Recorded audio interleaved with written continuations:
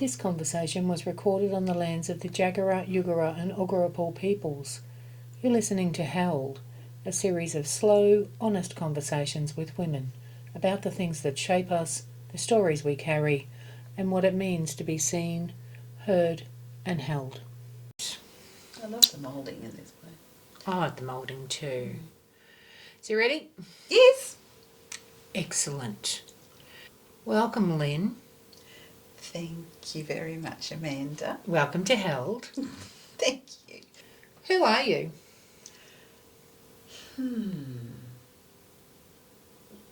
Let me see.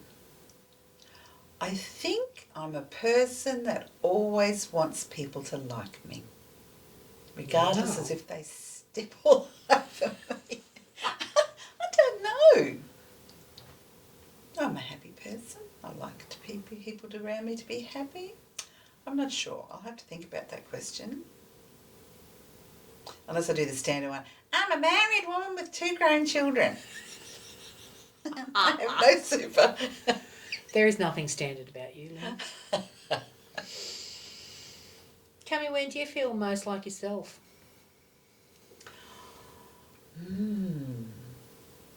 I think I feel like myself all the time, but when I'm not doing the housework, when I'm out with people, I love that. I love it when I'm with my kids. I love it when I'm out in the garden. I really like it when I'm socialising, because I think you just leave all the drama of, work and whatever crap is going on in your life. You can just let it all go and just be in the moment. Perhaps that might be it. Nice. Is there a version of you that's just now arriving? No, I think it's always been there.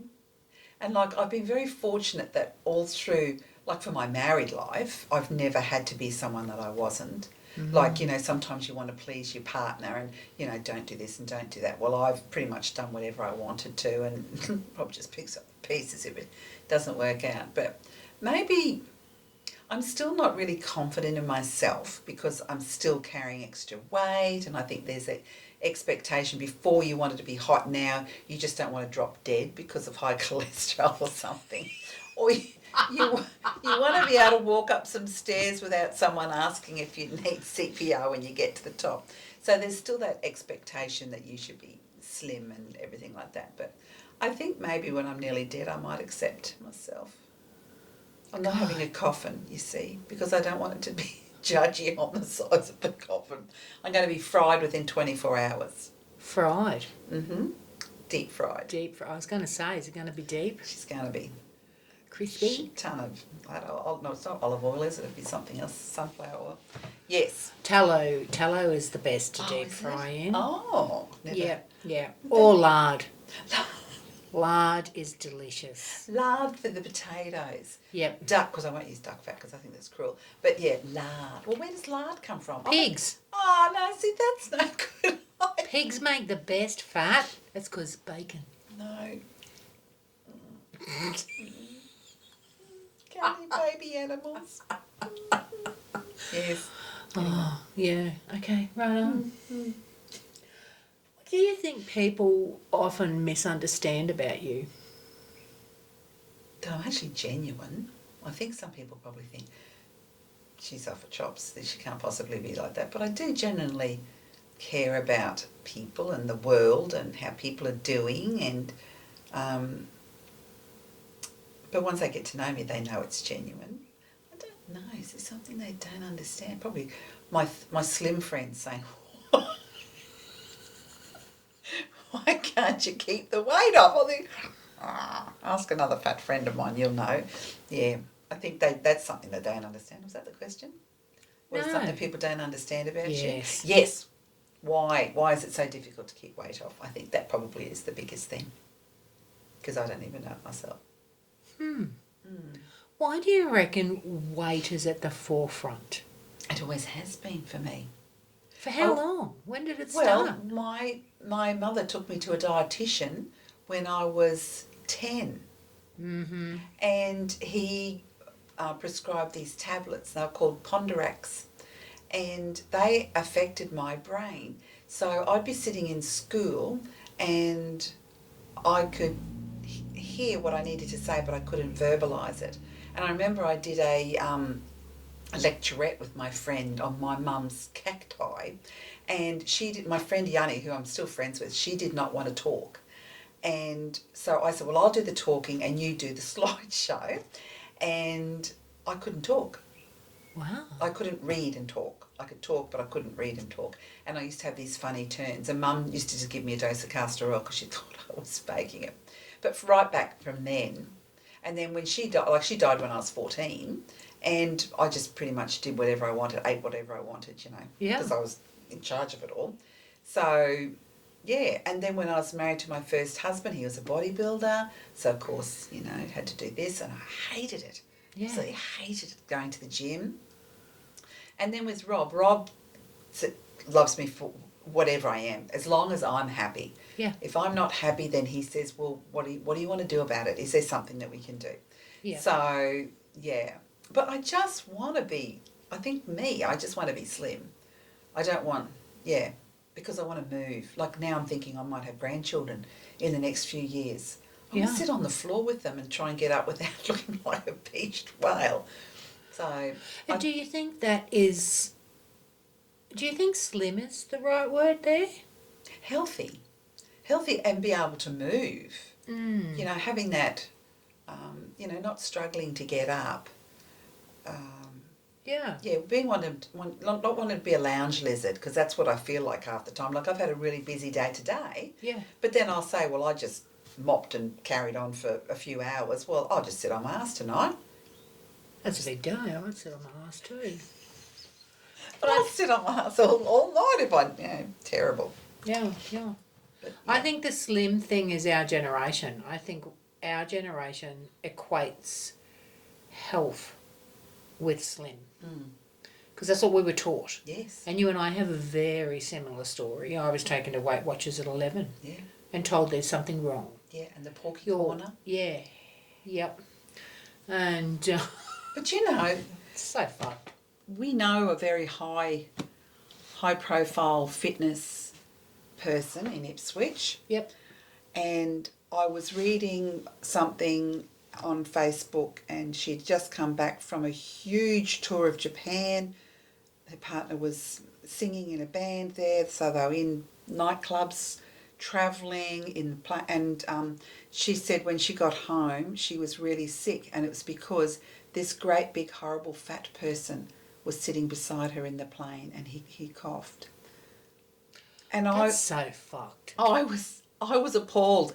And I tried so many times to message, but somebody else did, must have. I didn't know who it was. Somebody did, and then she just ranted and raved about them on the same thing. So I had to unfollow her, because I thought, you're saying that it's all about you and, the best that you can be, and then accusing someone because they're overweight of making you sick when you've done all these other things that no doubt had led to that. Yeah. And that's what I don't like. We're stupid. Yep. Just they don't want to be anywhere near you, some people. I just find that appalling. So yeah. There are definitely worse things to be than fat. Oh, yes, I know. But getting it through our heads and our hearts, yes, is it's pretty tricky. It's impregnated, that's the problem. And every Christmas or birthday she's given me some sort of a diet book. Oh. And I found them the other day, and my husband said we should just take them and hand them back and say, thank you for that. I thought, no, I'll burn it when she dies. You can burn it now. You don't have to wait until she dies. This is so true. We could have a little, I need to write that. cinder session. Look. And burn that shit out. Let me write this down. A note. Burn books. Burn the books. Stick a bra in it while you're at it, just for good measure. Who invented those damn things? Yeah. Well, I won't, because I don't have much, so what's burned? So I need it, I need to fill my shirts. Okay, that's my first thing to do. Yeah, look at you go. God damn. Yes. What What does it mean being a woman to you today, and has that changed over time? Goodness gracious, I wish I had Googled this. What does it mean being a woman today Yeah. compared to... Okay. Not an awful lot has changed when you think about it. Like, for my generation, and like, because I return mature age people to the workforce, so predominantly it's women, and we still are in that mindset of we get the dinner at night. Mm. We do all the inside, the guy does all the outside, whereas I like to be on the outside as well. Yeah. I'm lucky that, because it's never ever my job. I know that, because Rob will say, do you want me to run the vacuum over or whatever, you know, like, but there's still this divide, and like, you know me on the ride-on.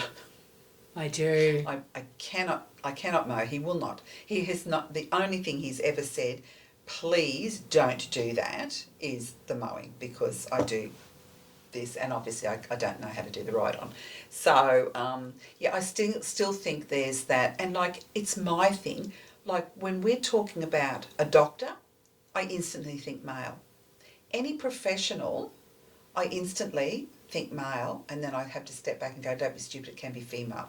Yeah. It's just stuck in my brain. Don't keep going at school. Go and be a secretary or something like that. That's what you need to do. Yeah. Mm. But at least you're open enough to step back and go, oh no, hang on. It's I'm And aware question of it. it. You're aware. For our girls too. Yeah. Because I find it when I go down to visit Lucy and her fiance, he does stuff and she does stuff. They do. He does the cooking or the cleaning, or because he's very minimalist and everything's got a place. And so they are very much a sharing sort of thing. Yeah. Either way, like Lucy does most of the cooking because she loves it, but you know, while she's cooking, he's not sitting there. He's doing something else. He might be making coffees or something like that. So I think maybe because I'm aware of it, then I'm changing that sort of persona. They can see that, and maybe the way we interact at home too. I think it's these little incremental shifts in the question and changing and being aware of it that makes everything pretty good. It is. It's a huge step from like my parents, of Yeah. course. So we just got to move forward. And I think Molly is very much the advocate for all underdogs, you know, wherever she sees injustice in the world. So like when we're saying LGBTQ and then I go ABC, because I don't know the rest of the letters. Yeah. And she takes offence at it and says, Mum, that's not what you say. And I go, but darling, I don't mean it disrespectfully, but I know there's more letters and I don't want to miss out on anybody. There's so much going on in the world. I get a bit confused, and I think that's when I feel old. That's about the only time I feel old. But as a woman, I'm okay. I don't like being frightened at night when we go places. I don't like to have to be aware of my surroundings. I don't think that's ever going to change. No. But I still walk with a key between my fingers. Yeah, with a purpose. Yeah. And that really... Do you know, the safest I felt was I went to Bliss and Esso with Molly down in the valley, and I've never felt safer in the valley. Wow. It was so busy. There were police everywhere, obviously, because it's really busy, but I did not feel nervous at all because it was like broad daylight and there were literally thousands of people in there. That's it was awesome. Brilliant. I said to Molly, we're just going to stay down there next time. We're not going to get Rob to pick us up. It was absolutely brilliant. I didn't feel nervous at all. And yet I can walk down a street and someone's behind you and you're already starting to sort of think, what am I going to do in that situation? Yeah, what's the exit plan here? Yeah, it's wrong, isn't it? But, you know. But no, I think I'm okay with where I am. Do you reckon the world sees you differently today? As in, like when I was a young person? Yeah. I suppose so. Although, I don't know, because I've still got girlfriends that I went to school with and I've kept friends with a lot of people through my life. So I don't think they see me as any differently. And I don't think, I don't know. Because I don't know how people perceive me. Maybe because I'm still friends with them, I must be still the same. Mm. But... And the rest is conjuncture. Yes. Is that the word? Yes. Yes, that's the word. That's a very big word. It is a big word. Very Sometimes impressed. I surprise myself. Was that a ChatGPT word? It was not a ChatGPT word. We have these words. We don't need... Like, it's great because when you're trying to write something and saying something's excellent or demonstrated or whatever, you can't say it over and over again. So you just whack it in there and it says, oh, this. It's like a thesaurus on steroids. That's what I think. ChatGPT. Yeah, because it gives you extra words to use. That's what I like, describing words. Yes, but what is it? Is it conjecture? I think it's is it conjecture? I don't know, I had Did I say conjunctivitis. conjuncture? I don't know whether I said conjuncture or conjecture. I meant Yes, conjecture. You did say conjecture. Oh, thank God. I was the one that was stumbling over it. Oh. Yeah. No, I don't think. I know my dad probably looks at me differently because I'm not a kid anymore, but I'm always their child, I suppose. Don't know. I don't really That's care. fascinating. What's a moment when you felt truly seen?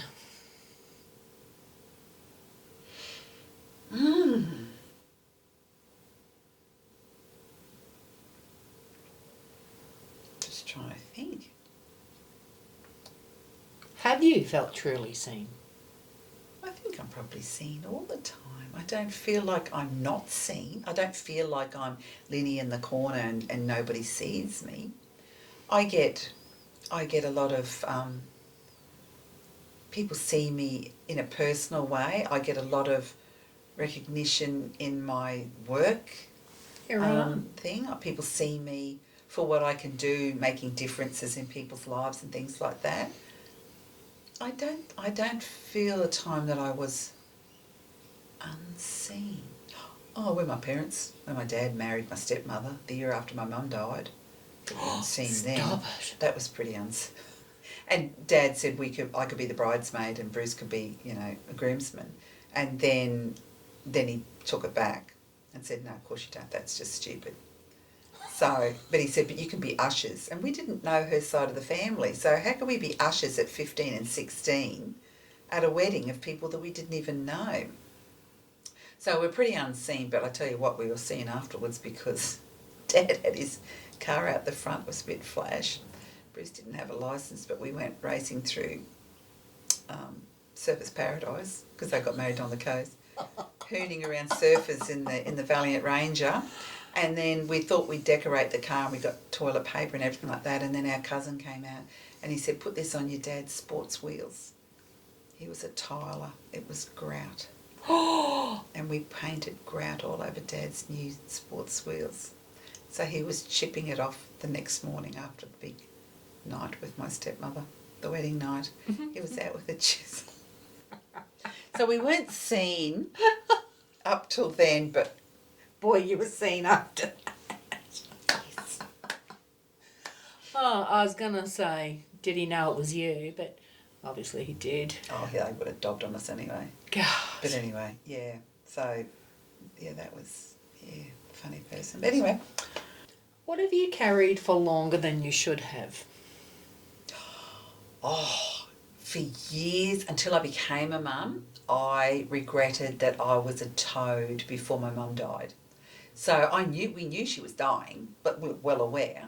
And I was just a horrible brat of a teenager. And I can't remember one happy occasion, unless I look at photos. I cannot think, because all I can remember is how horrible I was. Like, I remember Mum asking me to peel potatoes because she was just too sick. And I carried on like a pork chop. And then when I decided to not be horrible, I used to go home at lunchtime from school because she couldn't make anything. She was too weak. So I'd race home and I'd say, what do you want, Mum? And one time she said she wanted grated apple. And I said grated apple, and I was a bit clumsy. And by the time I did it, I took it in and she didn't want it. And Mum was a diabetic. So she was she'd go highs and lows. And anyway, and I could see she was all sweaty, but she was really cold. And anyway, and I just looked and I said, I'm going to get Dad, because Dad was a teacher at the same school, manual arts teacher. And she said, do not tell your father. And I raced back to school and I was crying, and my friend at school said, what's wrong? And I told her, she could go and tell your dad straight away.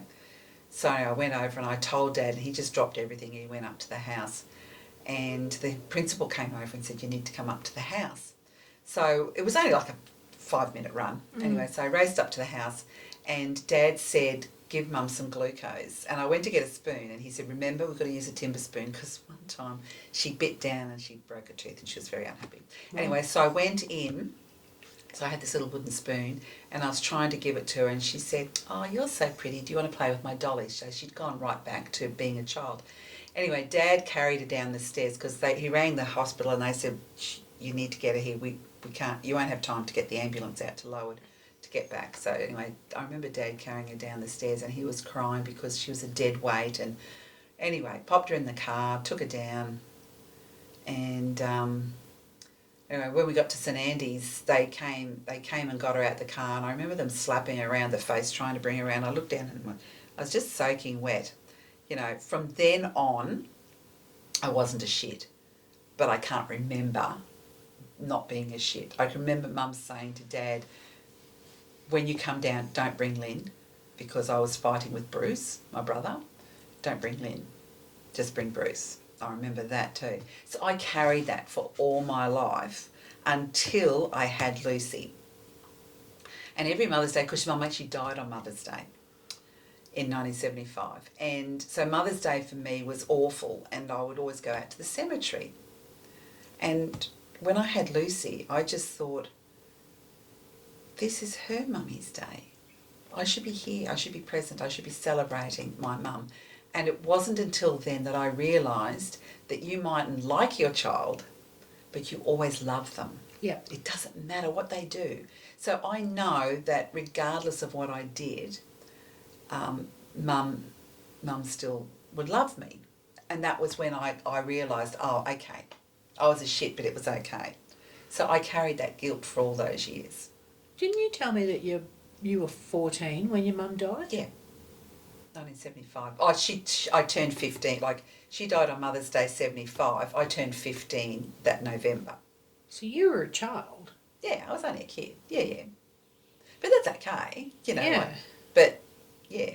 And then Dad married Ursula the next year because he still had sexual desires, my grandmother told me. And I said, he's 41.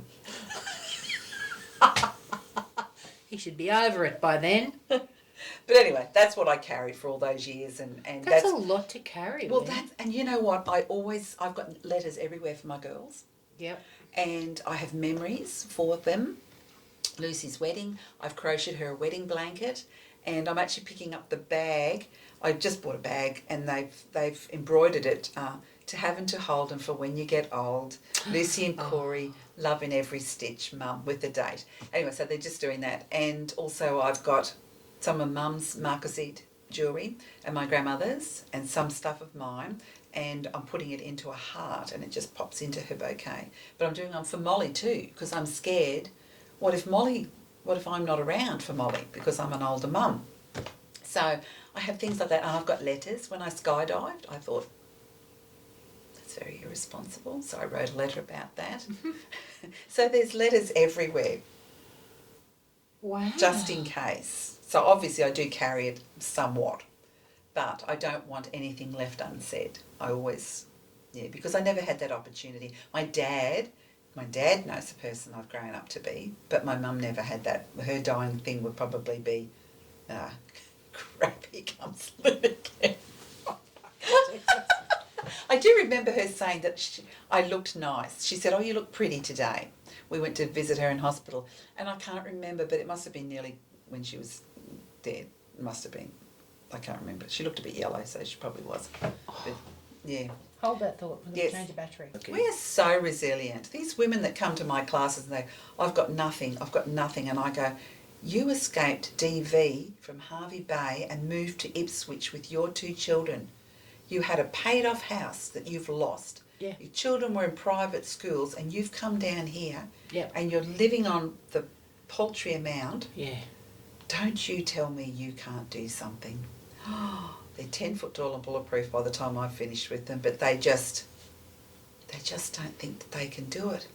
And then all of a sudden they realise that I don't really need a partner. No. I can do this myself. I mean, it's always handy to have a second income. Yeah. But you know, people say, oh, why is there such an influx of divorce these days? Because women have got their own income. Yes. Can you imagine what it would have been like, even like when we were kids? No. There was no support. Like my biological mother Mm-hmm. couldn't have me because, well, she was a slut, obviously, because she had 2 children out of wedlock. Yeah. But, you know, you can't raise them on your own. No. Well, not a lot has changed with that either. People still look down their nose at unwed mothers and... Yeah, but these people will die off soon. Oh, I hope they do. Bloody hell. I have high hopes for the generation coming through. Yeah. I It's think they're just cruel. remarkable, these young kids. Yeah. Oh, You get a few that look down their noses. yeah, but Yeah, that's a their few. parents. Yeah, that... Parents have oh my God, the bullying and everything like that. I've heard parents. Yeah. I can remember going to Westmac when we took Molly out there for year 5, and she just couldn't get into, because the kids had been there since kindy. Yep. She just couldn't seem to get into a little friendship circle. Anyway, I went one day, they were going to be talking about, I don't know, something in the classroom, and, you know, if you're interested, come. And I went. And you know what? No, not one of those parents would welcome me. They stood in their circle, and like if I was anywhere, if someone went, oh, join us. Mm-hmm. Not one person did. I cried all the way home. Yeah. And I said, now I know where it comes from. Yep. It was a real eye-opener. And it wasn't just that school, I'm sure of it, because once she got into middle and senior it was fine. But I just, I don't understand how people can't just welcome people and make them feel comfortable. It's not a power thing. No. No. It's a human thing. It is. And I think people are forgetting how to be human. Empathy is really going out the window. It's very sad, isn't it? It's very sad. And it's up to us to make sure that our kids are like that. And both my girls will do, you know, they do stuff for charities and things like that. And I'm happy they do. Like, they don't have to, but I'm glad that they actually want to do that sort of thing. So I think it's important to do stuff for other people. It's not all about us. Yeah. Where have you surprised yourself with your own strength? Just raising children, I think. Because they don't come with a manual. Well, actually, they do. Chris Green used to, every night before I went to sleep, there'd be another phase that the baby's going through, with Lucy particularly, and he had the wickedest sense of humour. And I would say, you know, she's crying because of such and such, and he goes, well, it could be this, it could be that, it could be just the toes or whatever. And I'd be giggling, and then I'd go to sleep. And the next day, that problem probably had resolved itself. And so that was the only book that I read. I wasn't interested in anything else. But What was the book? oh, it was just Dr. Chris Green, and it was like, he had babies. It was just called Babies. And then he had one toddlers. And it was just a soft cover book, but it was quite chunky. I think he actually passed away.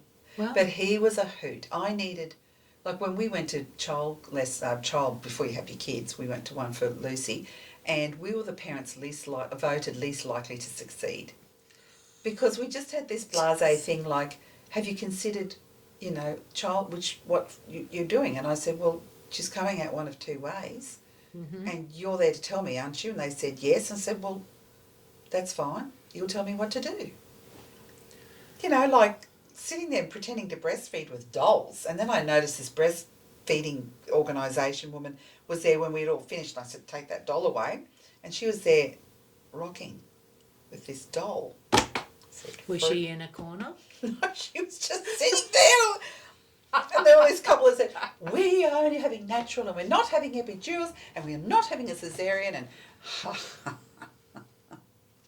just happened to be in the hospital at the same time. Oh. 11 pounds something. Holy Her goodness. husband actually filled the doorway, and when we went to look, he filled the baby capsule, the baby thing in the nursery, and they called him Carl. Carl. Well, it was like, get out of there and walk, mate. That's how huge he was. So it was a joyous occasion. Yeah, she had to have cesarean. She couldn't budge him, and I thought that was so good because I thought who cares? Yeah. Who As does? long as it's out and it's healthy. Yep. Yeah. So, sorry, I digressed again. What was? Oh, raising children. Yeah. Because every day you think, oh my God, and then even when they get older, you think, I hate it when people say, oh, you've got it all ahead of you. If someone's struggling with something, go, oh, you've got it all ahead of you. Like you. Oh. No, I've never ever said that. I've made sure I never did. But, yeah, I look at young people and I think, you know what, until they bury you, you're always going to worry. There's always going to be a problem with your children. It just never stops. No, I don't imagine it would. And we don't have the answers. That's a problem too. Yeah, that is a problem. But anyway, yes, that's me. Good. What have you learned to let go of?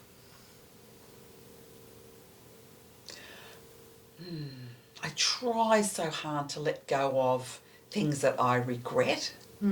That's very hard. And I think I need to actually speak to someone about it because, like, things that I've done over the last few years, and they keep replaying in my head, and I think, there's nothing you can do to change it, let it go, but I can't. But some people say you can go and talk to someone and they go, just pop it into a little box, pop the lid down.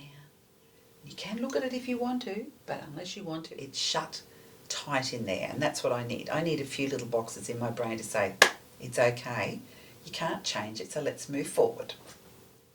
Wow, I'd love to, meet somebody that can actually put the stuff in the box and put a lid on it without drugs.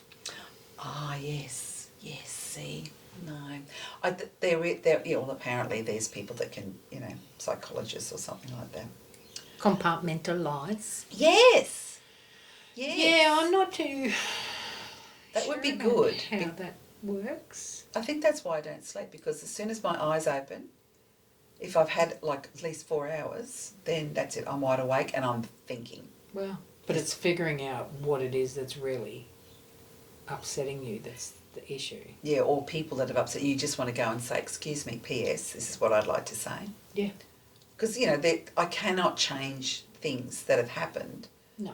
But there has to be a way to let it go because, you can't change it.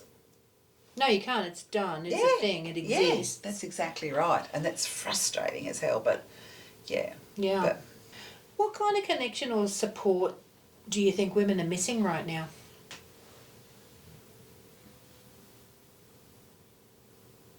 I think a lot of women knock each other down. Like, we need more, is it solidarity? Is it more, we need to be more supportive of each other, particularly young women. I love good gossip.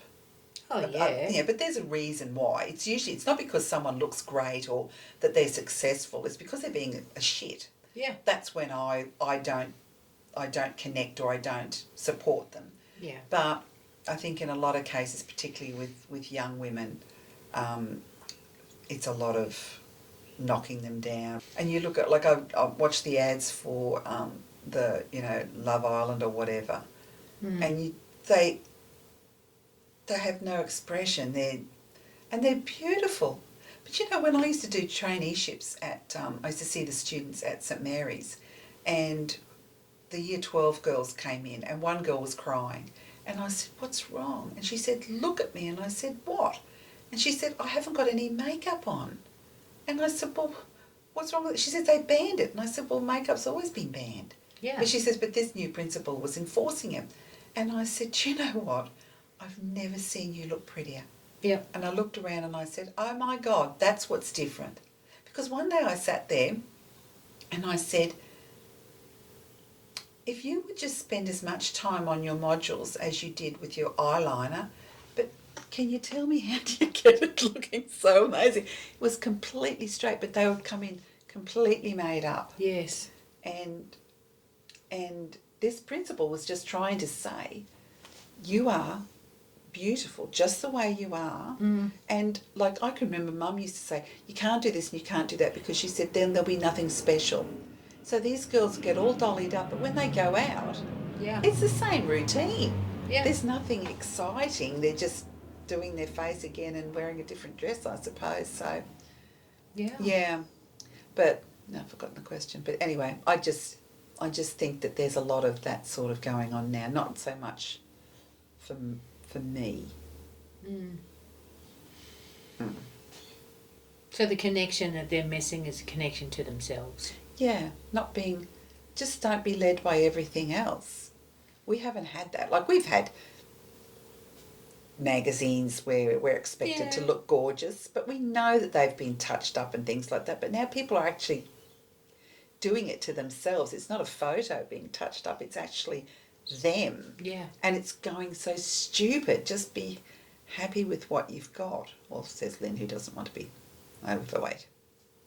But there's a certain irony in that. There is. I think something that's sad is when you're younger, guys would look at you.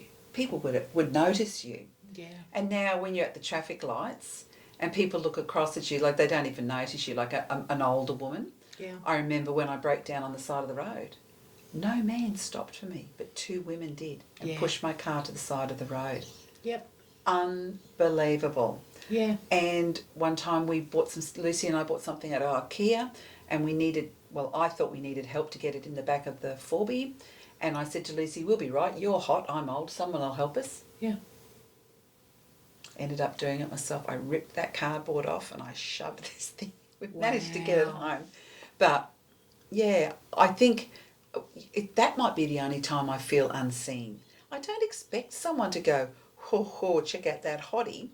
But not to even recognise you, perhaps. Like, I'm pretty sure if I had a mini skirt on and was hot, I would have had people helping me. Mm. That's that sort of thing I don't like. But then when the RACQ man referred to me as elderly, that wasn't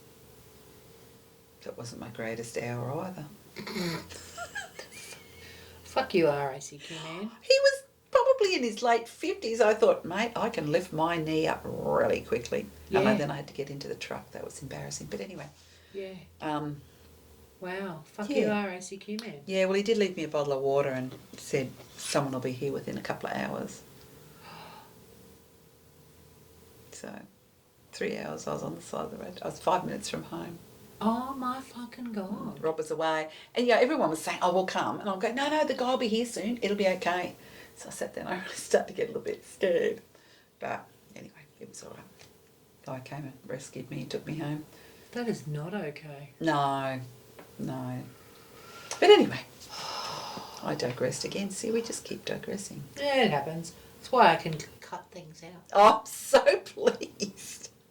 What do you wish we spoke about more openly?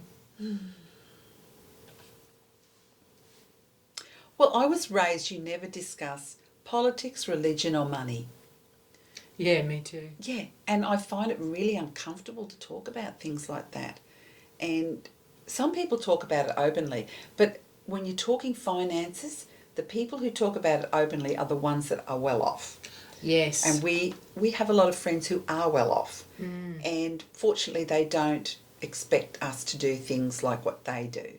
Yeah. They do invite us to a lot of things, and if that class action doesn't work out, I'm going to have to say to them, do you know what? If you want to meet in the park and have a Vegemite sandwich, we'll be there.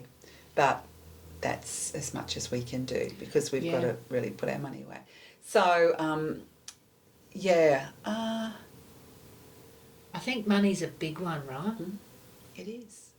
And the reality of it. Yeah. But what I love is that the younger ones, well, I know that Lucy, they want to buy another house and rent it out because they're thinking, well, when she wants to have a baby, well, you know, what are we going to do then? So they want to have another income sort of coming in. So they are so switched on with everything that they do. Like they have a jar and they put a name of a restaurant that they've just heard about. And it will be a nice restaurant. It won't be like, you know, we go to a restaurant and it might cost you, if you don't drink alcohol, it's probably $100. Yeah. But if it's a really flash one, you know, obviously, but we don't go to the really flash ones. Well, she and Corey will go to something, but once a month they draw a name out and that's their date night. And if it costs them $300 for the night, so be it, because it's an outing, it's an event, and then they don't do that. You know, and that's the thing, you know. They just don't go and buy crap all the time. Yeah. So they've got a completely different model to what we had.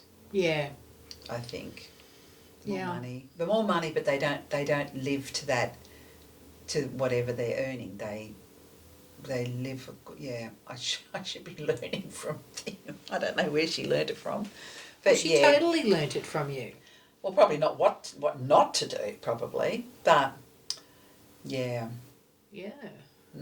But yeah, I think talking about things like that without being judged, I think too, or me not feeling embarrassed and going, oh my God, you know, isn't that awful? What a terrible situation to be in. Yeah. Religion, I've had it shoved down my throat all my life, so anyone talks religion, I just go cold. If they're talking about something about history or something, I don't mind, but you start Bible bashing me, if you're a God botherer, that's me. Like, I'll still like the person, but just don't talk about it. Yeah. And politics, well, as long as we're not talking about our councillor. Yeah.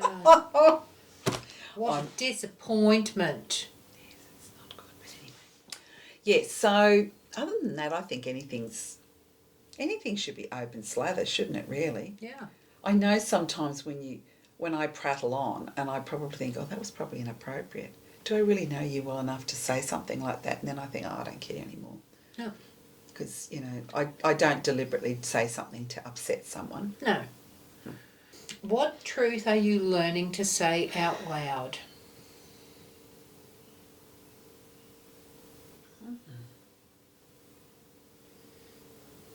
I think I say pretty much whatever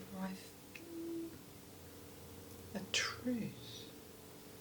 You strike me as the type of woman who pretty much says what's on her mind. I do, but I sugarcoat it. I never upset anybody. Oh, really? No, I try not to. I want to. I have awfully nasty thoughts. You and me both, lady. You Yeah. and me both. If it's something to do with my children, Yeah.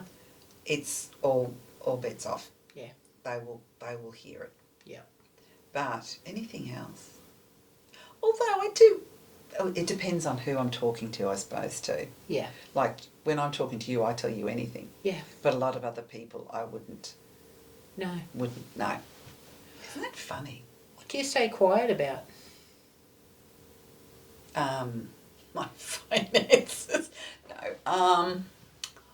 What do I stay quiet about? Rob would probably say she's never quiet. That's Rob, he's not here. There's a few sad blocks and that's it. What do I stay quiet about? I don't know. That's okay. Yeah, that's tricky. I don't know the answer to that one. I'm sure there are things, but you know, I will talk to most people about anything, but other things I don't. You know, you pick your audience. Yeah, you do. What do you know now that you wish you'd known earlier? That you don't have to please everybody, especially boys. Yeah. Took me a while to learn that one. That it's okay to be yourself. That you don't have to be slim. I'm still learning that one though. I haven't learnt that one. What was the question? What have I? I'm sure I've got something on my brain. What do you know now Oh, yes. that you wish you'd known earlier? Yeah, well, I wish I had known that it's okay to not be overweight, but I still don't know that. So that's working. I'll be dead before that happens.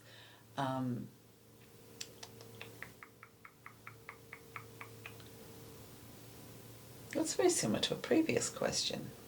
Same, but different. Same, but different. Probably that you don't have to please everybody all the time. Yeah. Because I've spent most of my life doing that. If people shit on you, it's okay to not like them. Yes. Or hang out with them or be civil with them. That's a big one. Because I find that very hard to just that bad. Yeah. No, really, it's all right. Yeah. That's very true. Yeah. That's almost like an epiphany. It is like an epiphany. Isn't it? Epiphany. Epiphany. Oh, Can I? yeah. Epiphany. Oh, yes, I know. Epiphany, whatever her name is. What do you hope is held from this conversation?